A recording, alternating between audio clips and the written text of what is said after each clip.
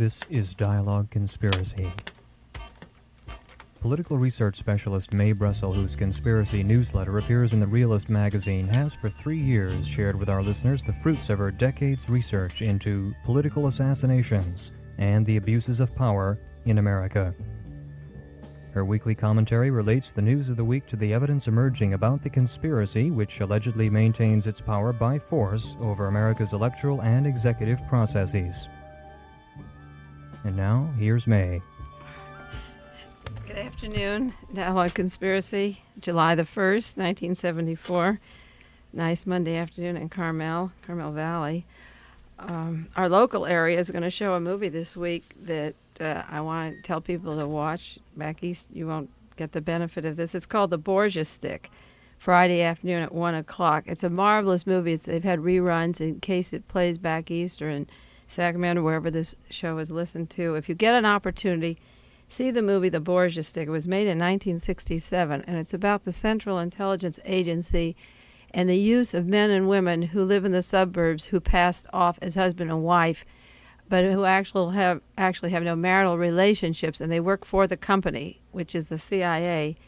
And then the movie shows how at the end of their assignment, a particular assignment which involved murder, they get a passport and an alias provided by the agency to go to another country, and the couple are sitting in the car, and they make note that the picture that they're supposed to use for the passport doesn't resemble their face, and the agent, the contact officer, says there's one more thing, the plastic surgery, before they leave the country, and he takes them to a private hospital run by the CIA, at which time they do lobotomies and remove their brains, and he keeps the money, and they sit out on the happy farm and no longer have a memory of how they served the agency.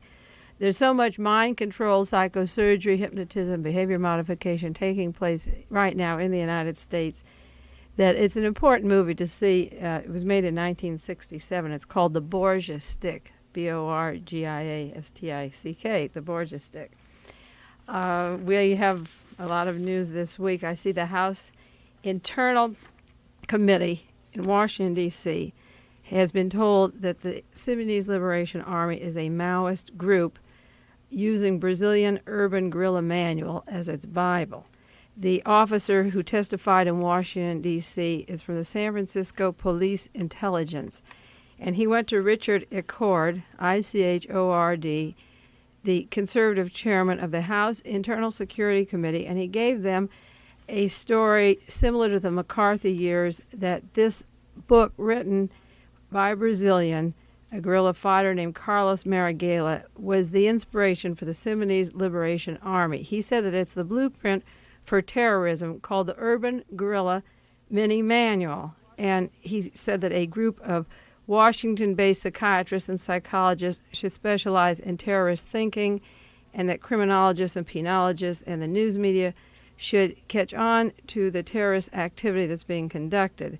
I think this was an interesting news item. It came over the Zodiac News Service because I'm just completing the long article that I'm doing for the Realist on why was Patricia Hearst kidnapped.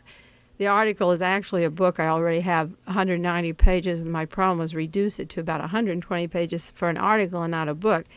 And one of the sections that I have to put out until the book is finished is taking the points of the mini manual that they refer to at the House Internal Security and show that the Symbionese Liberation Army didn't use any single point for food program or kidnapping that they claim the SLA used as a guidebook.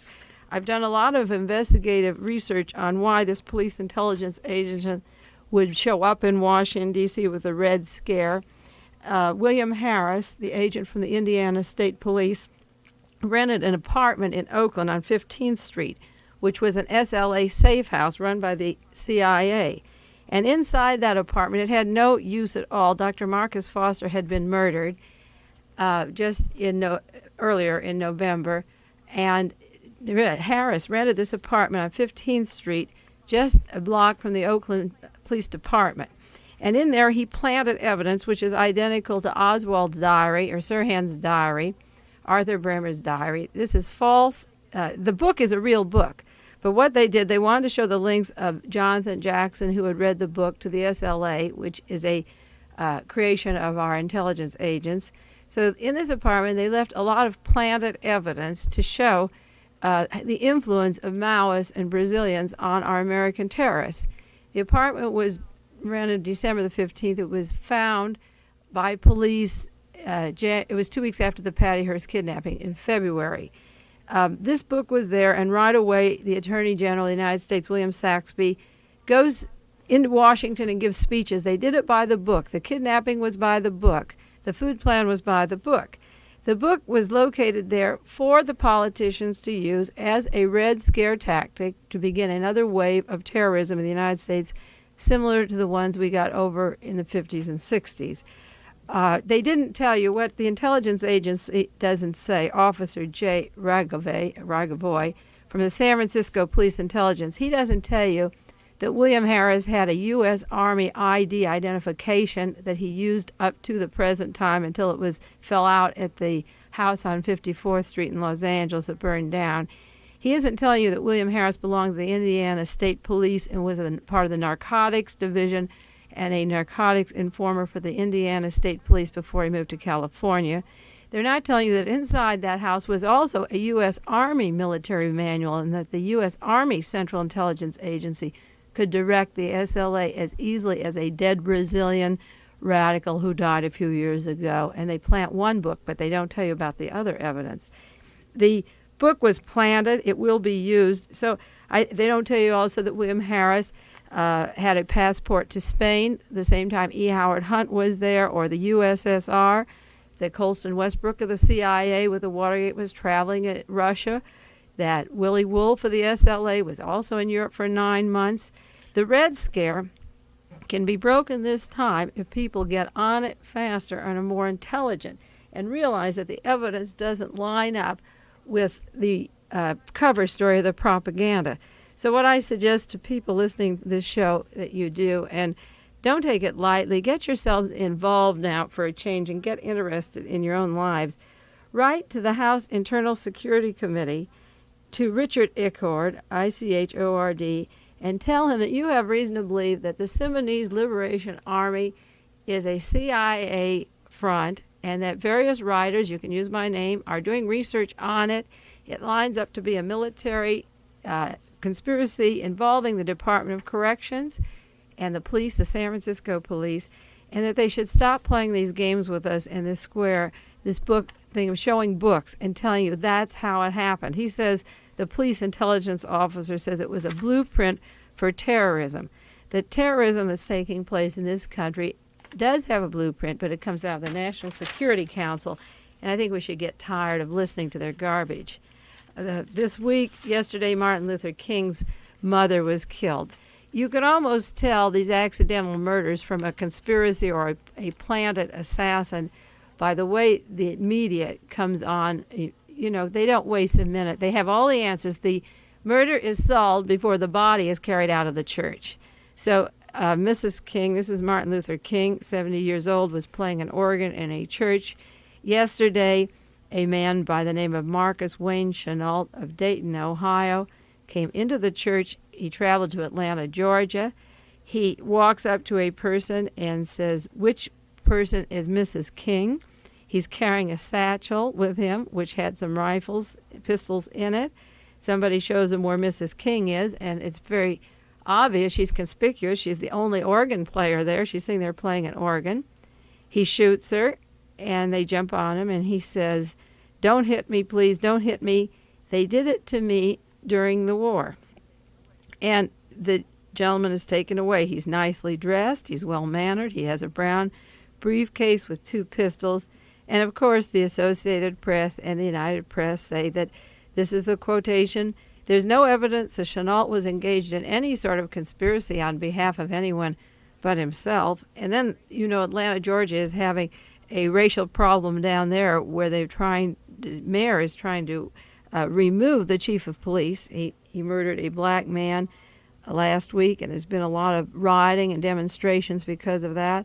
And then they went on to say there is no connection to indicate that the demonstrations in the race-related city, those demonstrations that occurred in Atlanta, had any connection to this murder. That Mrs. King just happened to be killed by a man from Dayton, Ohio, who goes to Atlanta, Georgia, and kills Mrs. King. But the interesting thing in my research, adding up what's happening to a lot of these people that are being murdered, was that his first remark after the murder was, "Don't hit me, please, don't hit me. They did it to me during the war."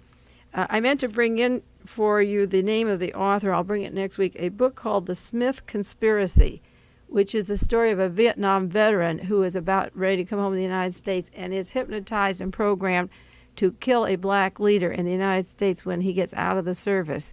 And he's discharged, he's living with his wife, and he goes to see a psychiatrist because he's having war-related guilt of murders and deaths over in Vietnam, and he has to adjust in the society back here.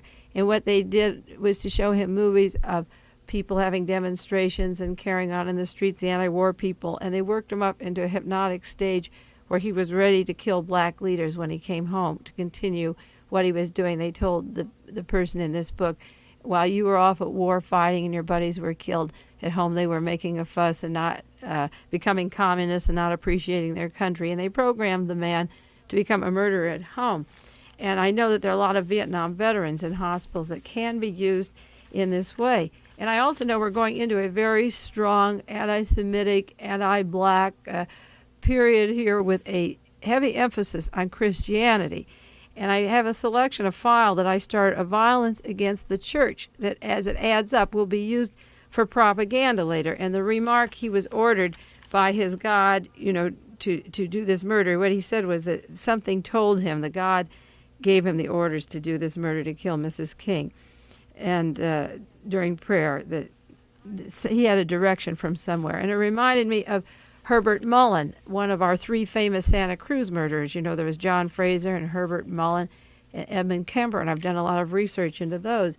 And Mullen is a young man who was living in San Francisco working at the Holiday Inn. He met a woman who was 40 years old, and 1 week later they accompanied each other to Honolulu. Mullen entered an Army hospital the day after he arrived in Honolulu. I have the dates he was there and the days and the name of the hospital. He came back to California and he starts doing a whole series of murders, and one of them is a priest up near Santa Cruz, and he goes in and stabs the priest and says, "I was ordered to do it. I was told to do it." There was a killing, an attempted killing of a young boy, a little boy over in Oakland in front of a Catholic church. His head was smashed in. He's recovering. He was almost dead. That took place right after the Patricia Hearst kidnapping. There was the murder of a priest in San Francisco recently who was stomped on.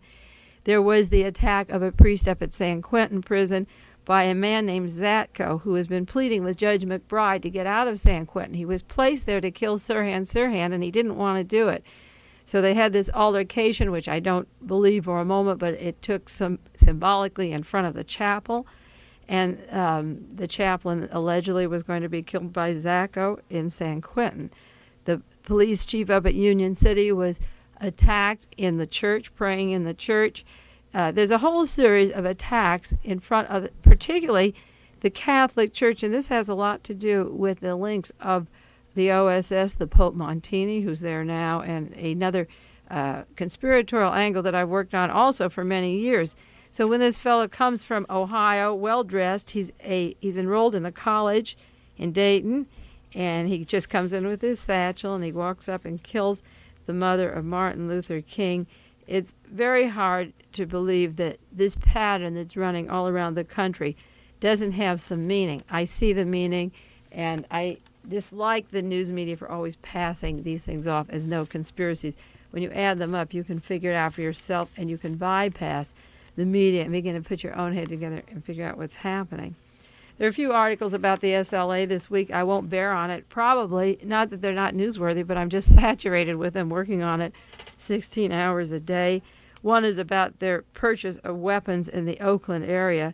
They all purchased weapons that had serial numbers that were bought before the murder of Dr. Marcus Foster. 5 of the major ones, the SLA bought these guns. They were registered in their names. I also bring out in my article that when their house was opened by the police, when Romero and Little were arrested in January the 10th, there was identification, Camilla Hall's outfit from working for the Parks Department, the helmet of William Harris, the Post Office Department, library cards of Patricia Salznick, and another identification library card of Gary Atwood. The police had 24 days to find out whose names were in that house, and then all they had to do was to contact the criminal intelligence in California and find out that each one had a weapon, and then identify their transportation, and there wouldn't have been any kidnapping of Patricia Hearst. It's just that simple. A blue Volkswagen belonging to one of the girls was supposed to be the lookout for the Patricia Hearst kidnapping. They had transportation, automobiles, driver's license. They had apartments. They had guns registered in their names, and their names were all in the house along with Patricia Campbell Hearst.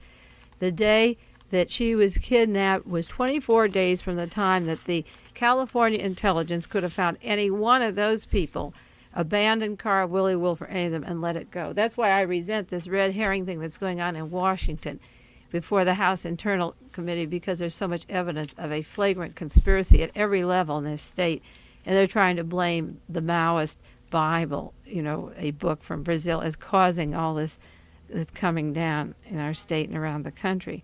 There was another article in the paper yesterday out of Chicago. It's interesting, the Chicago Tribune is carrying a news service story that the APUP isn't picking up yet, but the Chronicle had it yesterday, how a chance to trace Patty Hearst was missed.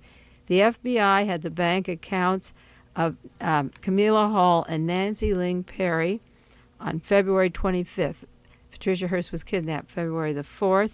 They had 11 days. The girls went in and withdrew. Camilla Hall had a balance there of $1,565. She simply walked in and took her money, and it was directly across the street from the FBI office in Berkeley, California, and Nancy Ling Perry went over there.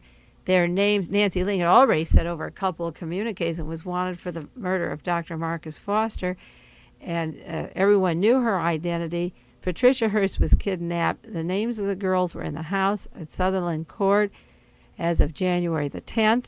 They had bank accounts in Berkeley, and they simply walked in and took their money and left. The FBI, Charles Bates, had no comment today. He was busy flying back from a week in Washington, D.C. You can bet their heads are into some pretty little huddle because they've got to cover up all these loose ends, which will just go on for 10 years. In the article that in the Berkeley Barb that was printed in April, I said that the Patricia Hearst kidnapping would go on like the John Kennedy assassination because it involves all the top agents of the government, and now they're bringing in the House Internal Security and suggesting the psychiatrists and the police and everyone get in on it. And the more they push and the more evidence comes out, the more they counteract, and they keep getting caught in the quagmire of their lies and get tangled up instead of just dropping the whole subject and not pushing the Red Scare. They've got to drain it for every ounce that it's worth. And the same people that were printing a book, November 1963, A Communist Killed Our President, and blaming Lee Harvey Oswald for killing John Kennedy, are publishing the same literature. Reverend McBurney has radio programs all over the country. He's become the expert on terrorism in the prisons in California, and how your child can stop being a radical. He's got these little books, and I sent for them, and he's right in there pitching the CIA intelligence cover story. But if you work faster this time and ask him to provide the evidence and supply yourself with evidence, hopefully we can counteract this massive propaganda.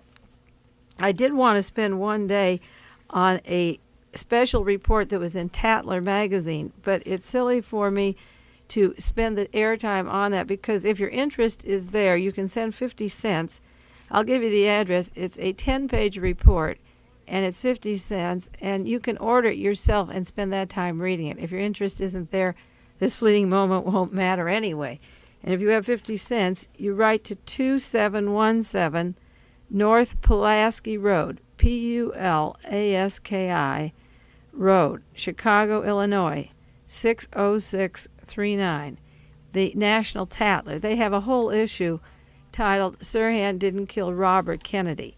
And they go into why the ballistics experts agree a second gun was used, why the eyewitness accounts make it impossible for Sirhan to be the only gunman, why the psychiatrist believes that Sirhan wasn't capable of the crime, and what major figures there the night of the assassination are saying now that they didn't say before.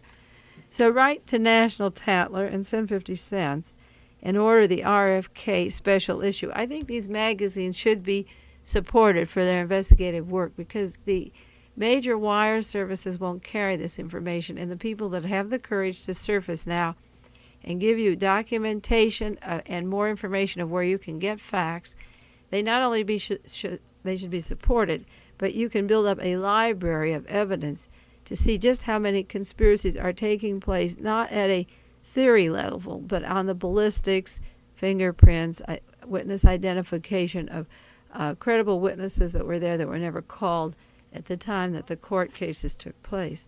There also is another movie on the Robert Kennedy assassination, The Parallax View, which is excellent. I got a call from several researchers in L.A. who've seen it. I haven't seen it because we don't get it here for a while in Carmel.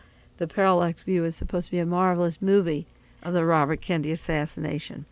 And there's another new article, a series of articles in the Berkeley Barb by Jerry Borst on prison deaths in California, on guards' deaths and prisoners' deaths. And if you write to Berkeley Barb in Berkeley, California, this series of articles are very important, chronicling the systematic killing of radicals in the California prisons. And it's a chronicle that everybody should read because it's a backup to Louis Tackwood's Glass House tapes, and it explains Donald DeFreeze and Attorney General Evel Younger and Raymond Precunier, the Department of Corrections. It puts the SLA in its proper perspective of what was happening and what is happening in the California prisons. And I want to talk about that too today, my hearings in San Francisco now of the San Quentin Six. I did want to bring up a few other subjects. First, one is Senator Lowell Weicker, who's on the Senate Select Committee investigating the Watergate, is making his own report. The committee is making a report that will be out shortly, but Senator Weicker is making his own report based upon the testimony that he heard as one of the 7 members of the Senate Select Committee. He claims, I'm reading from an article that was in yesterday's paper, that President Nixon and his chief aides violated the Constitution at least 170 times, abusing every one of its principal provisions. I'm reading this now because they're doing it every day with the SLA thing. It's just a continuation of a violation of our Constitution. So they're not over it, and Weicker's talking about the past, and we're suffering with the present. He said evidence presented at this committee can and will demonstrate that every major substantive part of the Constitution was violated, abused, and undermined during the Watergate period. Weicker has his own 145-page report. He submitted 17 recommendations to end political abuse. He ordered a legal ban on all forms of domestic electronic surveillance, including wiretapping. You see, here's the fallacy. Attorney General Saxby's coming out and Clarence Kelley, and they're saying, well, it's terrible to have wiretapping and surveillance.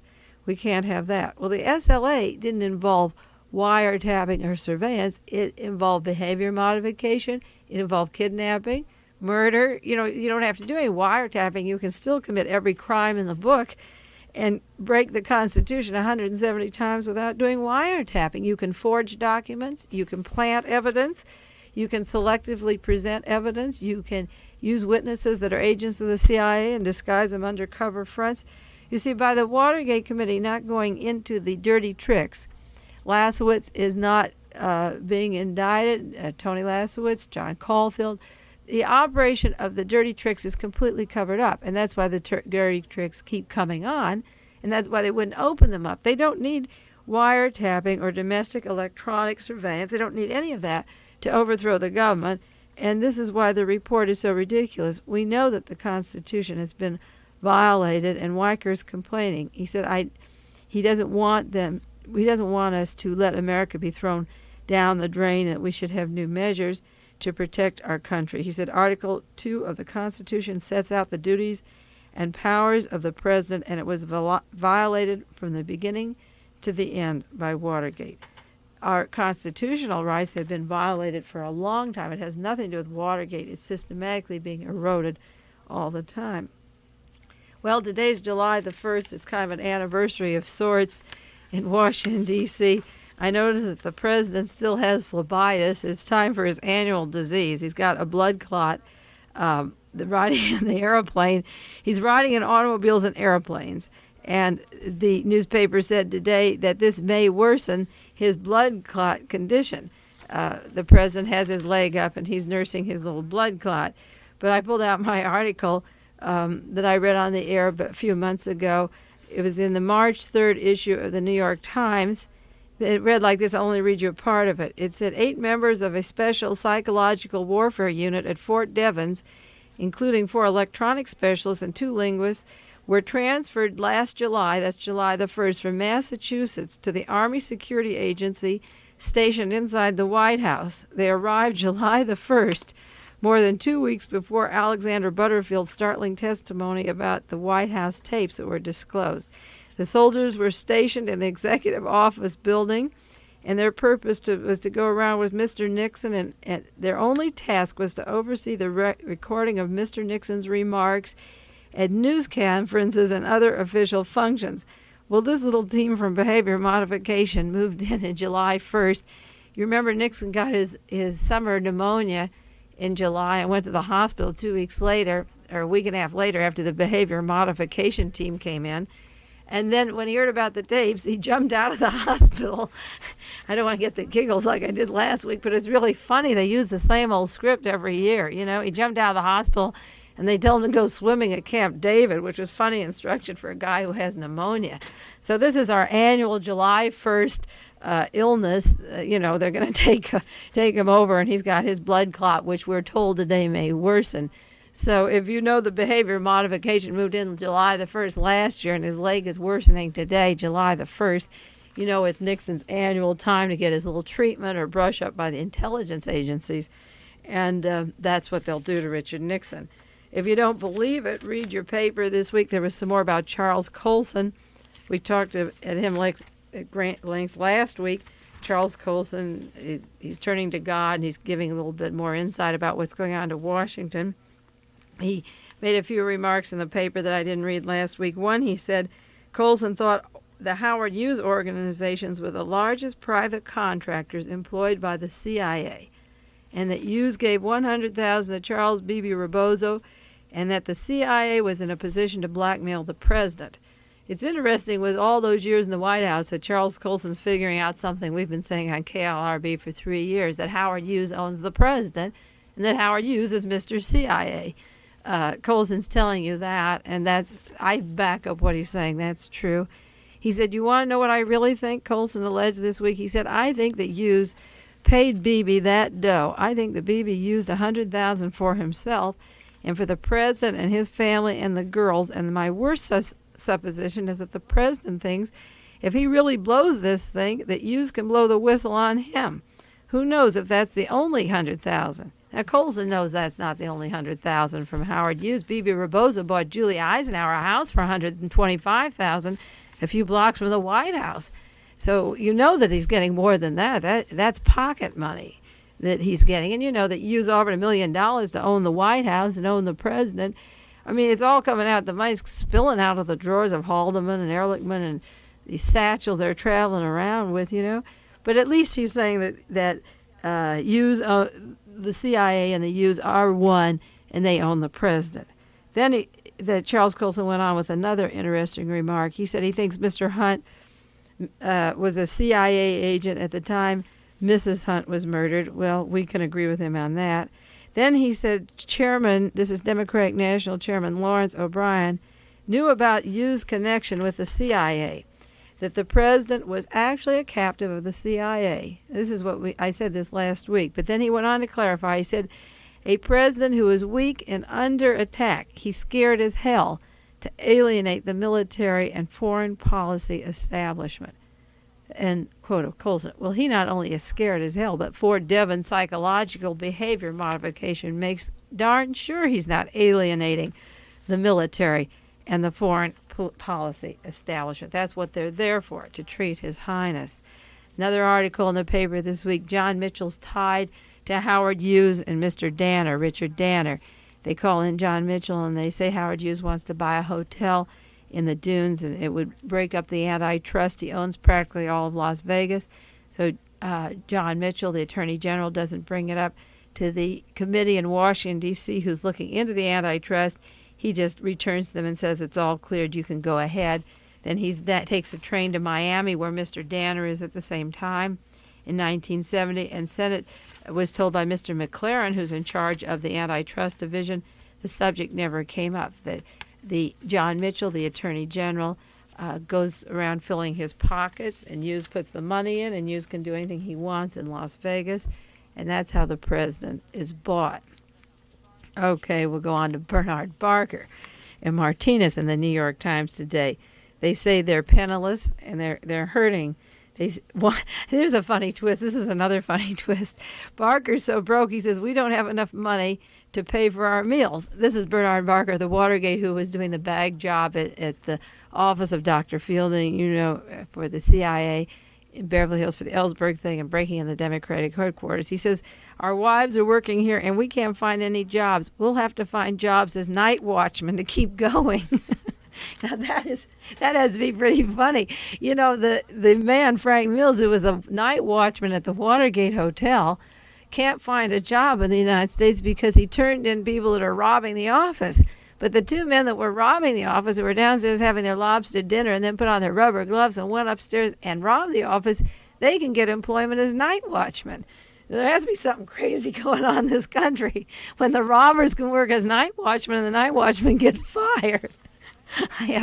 I'm sorry, of all this news, I do have to laugh even on the air. I try not to sometimes, but it's pretty hard to not laugh at that one. Then Parker the only employment those two crooks can get is night watchmen.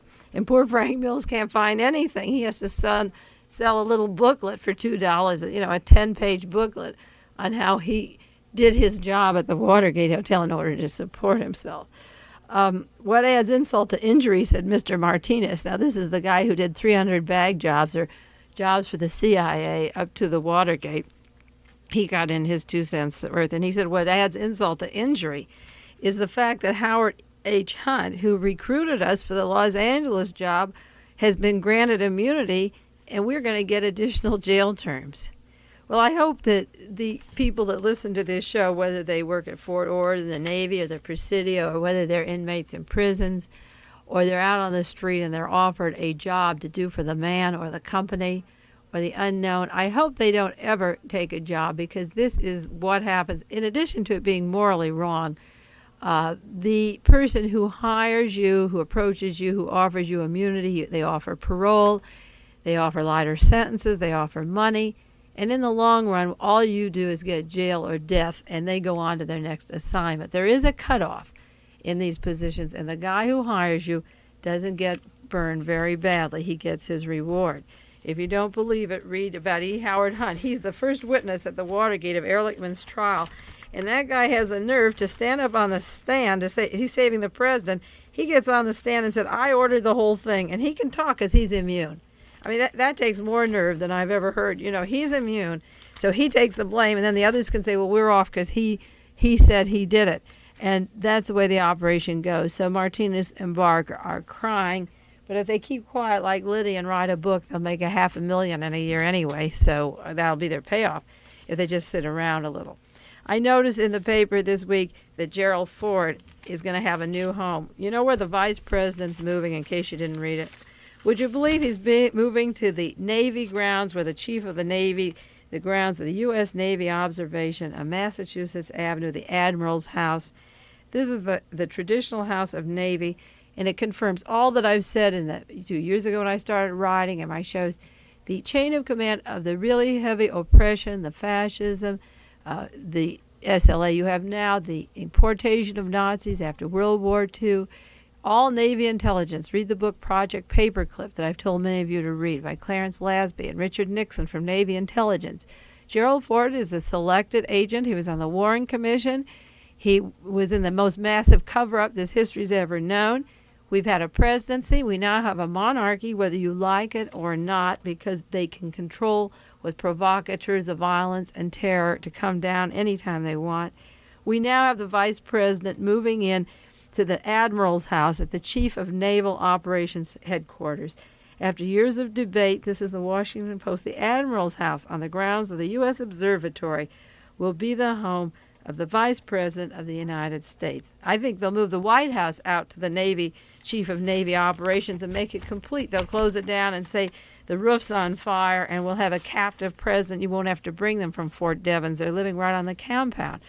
So the great master of Navy intelligence, the spy master, Vice President Gerald Ford, is going to move his home, the Vice President's home. This country was never supposed to be a military system, and I don't see why any president should live on the grounds of the Navy, and particularly the links of Navy intelligence and Gerald Ford to the police state that was so highly secretive after the Kennedy assassination, and he's worked himself up to be president, and we're going to have an admiral for president as soon as Nixon is impeached. What do you think of that? Well, I'm going to spend the last 8 or 10 minutes talking about the San Quentin Six because those particular people are dear to my heart. I met through correspondence Hugo Pinell, one of the defendants, in a court in Salinas 2 years ago where he was defending himself against killing a guard. I have the transcript of the trial. I want to read about Hugo. He's lived all of the San Quentin Six. There's 6 men that have lived under the most terrible conditions possible up in San Quentin since the time that George Jackson was killed. They are known by name as Johnny Spain, Hugo Pinell, Louis Talamance, Willie Tate, David Johnson, and Fleta Drumgo.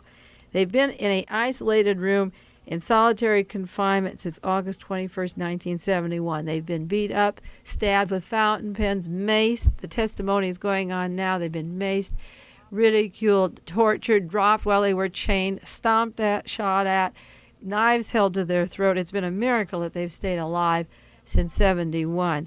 They have a lawsuit now against the California Department of Corrections, and it's about time. I'm encouraging people who are threatening to be killed. I've mentioned Robert Hyde on the air out at Soledad. There's a contract out for Jerry Lee Johnson at Soledad, another one for Michael Ankenbrandt. They're asking people to murder these people. They're threatening them.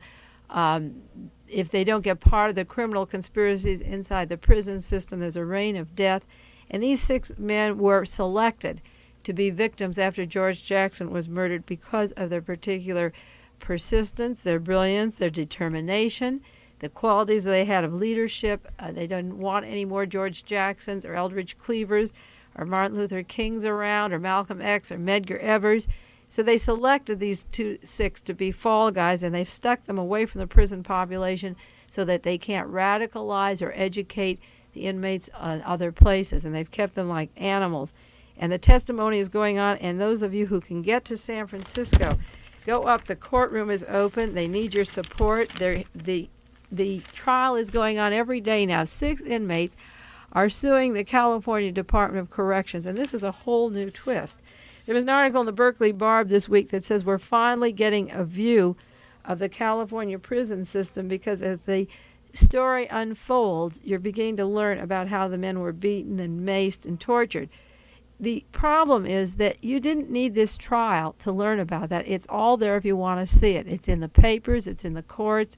It's been on my radio shows. I've told you to write Sacramento. I've told you to write Washington.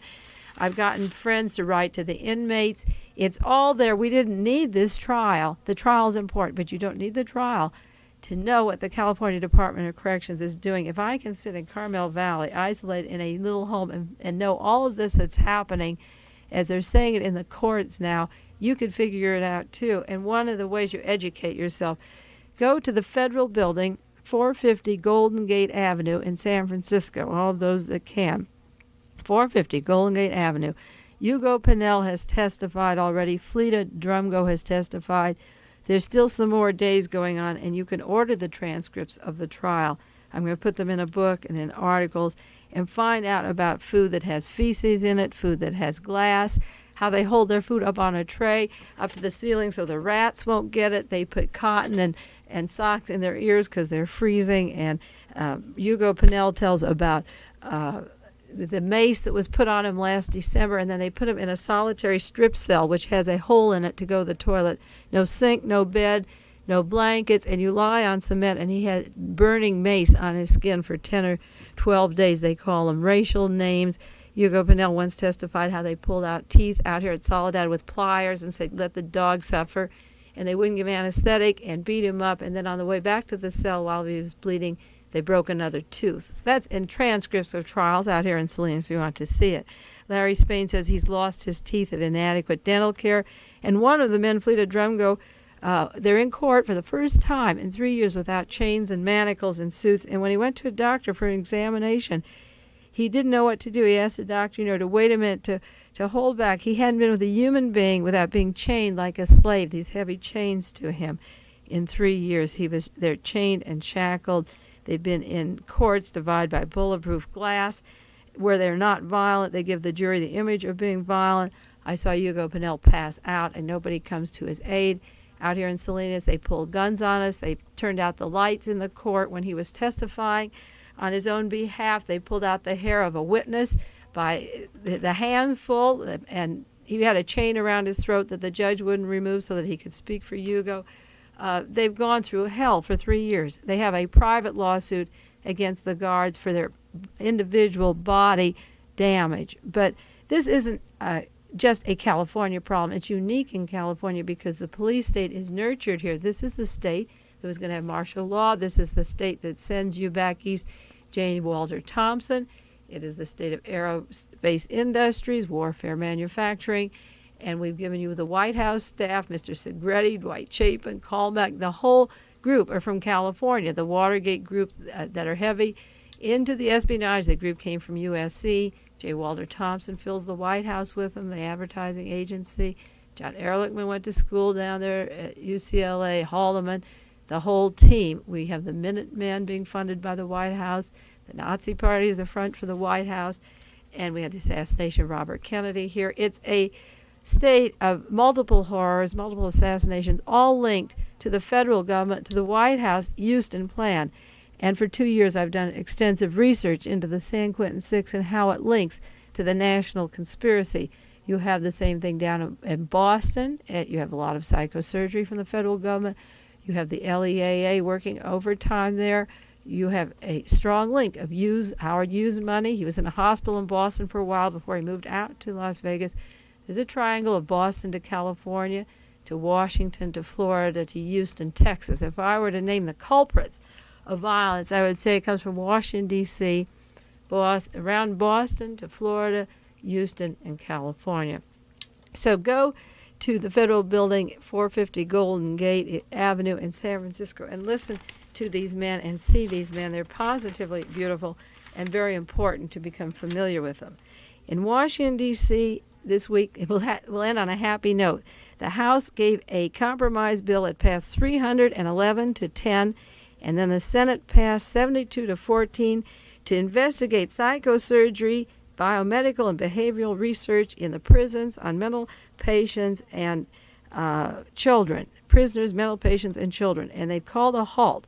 They're trying to call a halt to psychosurgery. And this is the important thing. The bill passed that the commission would investigate the 5 years preceding 1973 to see who had psychosurgery and what happened to them.